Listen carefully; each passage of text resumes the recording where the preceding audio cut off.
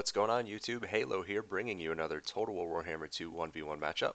So today we're checking out an online battle that was sent in by Holy Pilgrim and Regina, and they're going to be playing some Bretonnia versus the High Elves. So let's jump into the compositions. Alright, so Pilgrim playing as the Bretonnians. Front line going to be 4 men-at-arms with shields, supported by a backline of 3 peasant bowmen with pox arrows. On his right flank he's going to have a unit of questing knights and the companions of Quenelle, the Regiment of Renown questing knight as well. His lord is going to be Lewin Leon Kerr, and then he's also going to have a damsel with Lore of Life. All the way out on the left flank over here, we are going to have the Knights of the Lion-Hearted, the Knights of the Realm, and another Knights of the Realm. So, Bretonnia, typical, pretty cav-centric build with some infantry and a little bit of archer support. So, jumping into Regina's High Elves over here. She has a very interesting build setup here. It's kind of divided into 3 different sections and groups. So we'll start over on her right flank. She's going to have the Keepers of the Flame, the Regiment of Renown Phoenix Guard hidden over the woods here, Swordmasters of Hoeth, and then also the Scions of Mathlan. Her core is going to have 2 units of Spearmen with 2 Lothern Seaguard with shields, just kind of hanging out in the open. And then her far left flank is going to consist of the Ithelmar Chariot, the Mage with Lore of Life on a chariot, and then also going to have a Noble and Princess on horse with a flying Great Eagle in the woods. So definitely interesting composition. I'm very curious to see how this is going to play out. Alright, so to start, you can see High Elves over here with a lot of concealed units. Bretonnia probably going to be pushing up shortly here. Just kind of figuring out exactly what's going on as far as Regina's unorthodox gameplay. But you can see on the left flank, Knights of the Lion-Hearted and the Knights of the Realm going to be pushing up on this open field to the left. His cavalry on the right, his questing knights, are going to be supporting his main infantry force as they advance. Now, depending how the High Elves take this could go many different ways. If he didn't have this wide flank over here on the left, she could just kind of bait back and then pull the chariots and the infantry in for a flank. Unfortunately, that's not really going to be an option here because of the cavalry being out on this field side. Gonna have to have this infantry blob over here with the Phoenix Guard covering in case the cavalry try to come through the woods, maybe try and pick them off or force them off her flank. But seeing this, she brings in all of her chariots and her noble, Great Eagle, everything from that left flank is going to come back into the core to support.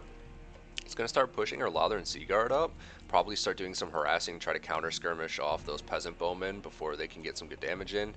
Over here, just getting revealed, but the cavalry's going through anyways for the charge. Hits the Keepers of the Flame, not a good engagement. Knights of the Lion-Hearted have decent physical resist, but or their magic damage, excuse me, against the Keeper of the Flame's physical resist. But the Keeper of the Flame have that anti-large and charge defense, so not really going to be too much damage there, and going to be losing 5 models on the Knights of the Lion-Hearted right off the bat. So going to be kind of just dodging and weaving through here, trying to go through the gap that has been created by the High Elf forces. Getting through and going straight after the juicy elite targets in the back with all the cavalry and the chariots. So if he can goon all of that down and eliminate it early in the battle, that's going to be huge because that's going to remove all of the mobility that the High Elves have to kind of counter his own cavalry play. Infantry pushing up to try and get into the engagements against these spearmen. Again, Lothern Seaguard nuking down some peasant bowmen. Just going to be taking this one at a time. It's a really good pick there because if you can get rid of all those poison arrows, that's going to be a huge win. But the cavalry just swamping the back line. Lothern Seaguard trying to push up by the spearmen in case the cav come around and charge. Cav going to be ignoring them for now. They do have spears, so they're not going to be super effective against the Lothern Seaguard. So he's just going to focus trying to goon off all these important targets like the Noble and these chariots. Meanwhile, the Swordmasters coming out of the woods on the flank. Scions of Mathlan going to be coming in shortly here too, going for the envelopment on this big blob of swordsmen. That's really, really good. Those Swordmasters are going to absolutely destroy them. But the chariots trying to get around into these peasant bowmen and get away from these cavalry, but the cav catch up and start tying them down quite a bit. You can see the Ithelmar Chariot taking a lot of damage. Hasn't lost a model yet though. The Mage of Life is going to be able to get into some peasant bowmen here. That's going to be a nice pickup, getting a lot of kills with the chariot play. The Great Eagle and Lewin just kind of duking it out here. Not the best for the Great Eagle. Definitely trying to tie down Lewin, but Lewin is a beast. He's got his regen, he's got a ton of armor piercing damage, and his Great Eagle is getting absolutely destroyed with Sword of Corones popped as well, reducing melee defense and armor. Lewin is just going to be wrecking it. Earthblood going down from the Damsel, buffing up that health. It's going to be really important because Lewin is a super difficult target to take down, especially now that the Lothern Seaguard are all engaged in combat. Not really going to be able to skirmish him out with all the cav running around on the flanks. Keepers of the Flame running around out here, just kind of circling the perimeter, trying to force off all the cavalry. Noble doing some good work, picking up a decent amount of kills against all the cav. Bretonnia getting this Knights of the Realm blob into the backline here with Lewin, taking down the Mage with Lore of Life. That's a big, big win for him. Pilgrim getting that snag there, taking out the caster. So that's going to be a lot of the healing potential for the High Elves gone. The Chariots trying to get out of there. They already lost one model and they're pretty low on health, but the Princess just kind of hanging out trying to pop some shots on the cavalry. Pretty quick though on that horse, so it's going to be tough for Bretonnia to catch the Lord there. Great Eagle coming in, just hot on Lewin's heels, not giving up the fight, super persistent. But as far as the infantry fight goes, High Elves are holding tight. They're pretty much wrapping up all these men-at-arms. The Swordmaster's doing some great damage there, and the Keepers of the Flame get a nice little pick here in enveloping these questing knights. So some of the cavalry kind of trapped. Unfortunately, on the other side of this blob, the Companions come in and get a decent shot in on the Swordmasters, and they're going to be doing a lot of damage against them. So a bad situation for the High Elves right there. These archers rallying in the woods, trying to pop some shots, take out the Scions of Mathlan. Not a bad target. Knights of the Lionhearted, they're the anti-large cav, so not the best engagement here. If he could switch them out and maybe get some of his questing knights in, that would probably be better for him. But this blob over here, all of these spears and the Keepers of the Flame catching all of this cavalry and really chewing through it. Lewin, though, has such high mass that he's just kind of walking right through all the Keepers of the Flame, and he's going to get out of that engagement there.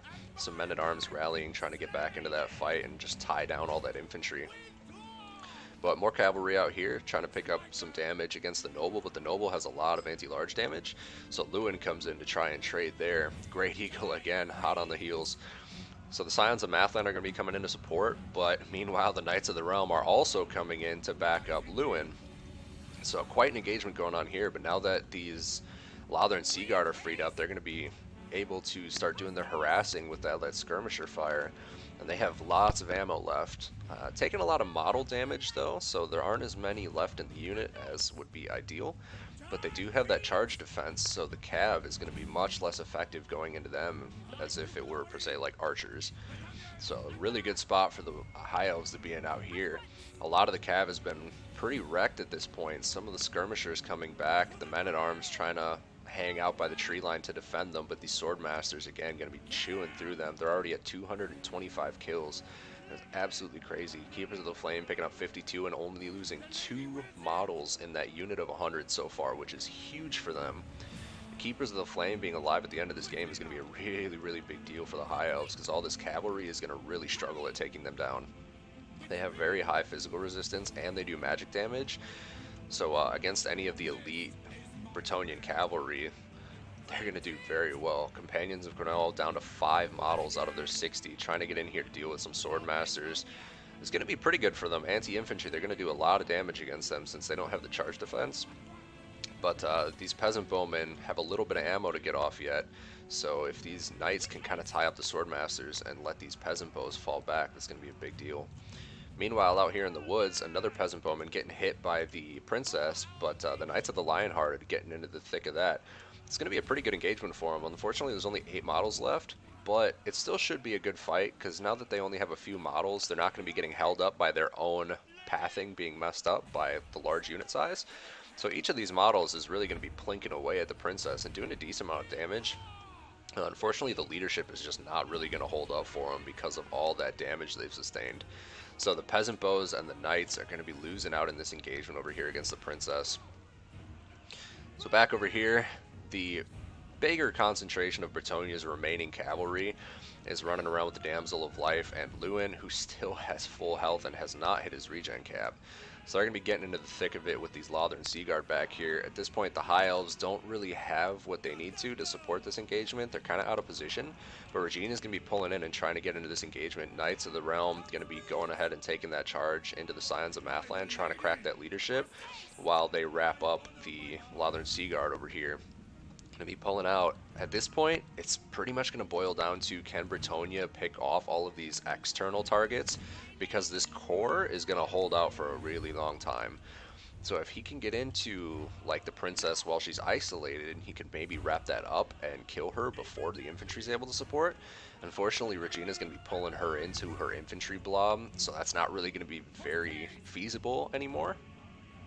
But Lewin is eyeing it up, and she is going to be going hot. Ooh, unfortunately not very effective there, missing one of the shots, but she's going to be popping some rounds into King Lewin. The cavalry coming around the flank.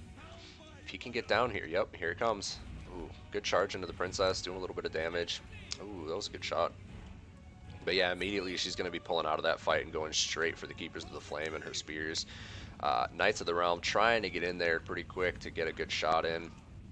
But she's getting straight into the thick of the Keepers of the Flame, and that's going to be rough. Lewin, with his high mass, though, paving a hole right through their formation for these Knights to charge through, doing a lot of damage on the Princess. Her leadership barely holding together. Out on the external flanks, all of the infantry has been routed off. The peasant bowmen getting pushed off by these Ithalmar chariots, who have somehow managed to survive running around the battlefield, hiding from this cavalry. The Great Eagle holding on with 572 health, probably going to come in and try and get some shots on the Knights, maybe pick off this damsel. And out here we've got another unit of spearmen coming back to the fight. Some sword masters, down to 31 models, but 284 kills. That's nuts. They've done so much work. Right now I'd probably say trying to get these sword masters would be a good play, but this eagle comes down, so a little bit of a blob here. Knights of the Realm with their anti-large going to be doing some really good damage, making quick work of that Great Eagle. Just trying to cycle charge, pick off the princess while she's isolated. Great play with Lewin. He's got tons of health left, still hasn't hit that regen cap, so we can afford to make some of these gutsy charges with the Keepers of the Flame around and just go in for those charges.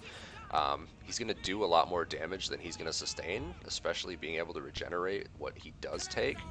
So here, yep, perfect play, taking all these Knights of the Realm and the Damsel and going straight after the Sword Masters. If he's able to wreck these guys, that's going to be a big pickup. They're not going to do tons of damage against Cav, but if they were to sit in the core of a little box, they do have a lot of armor-piercing damage.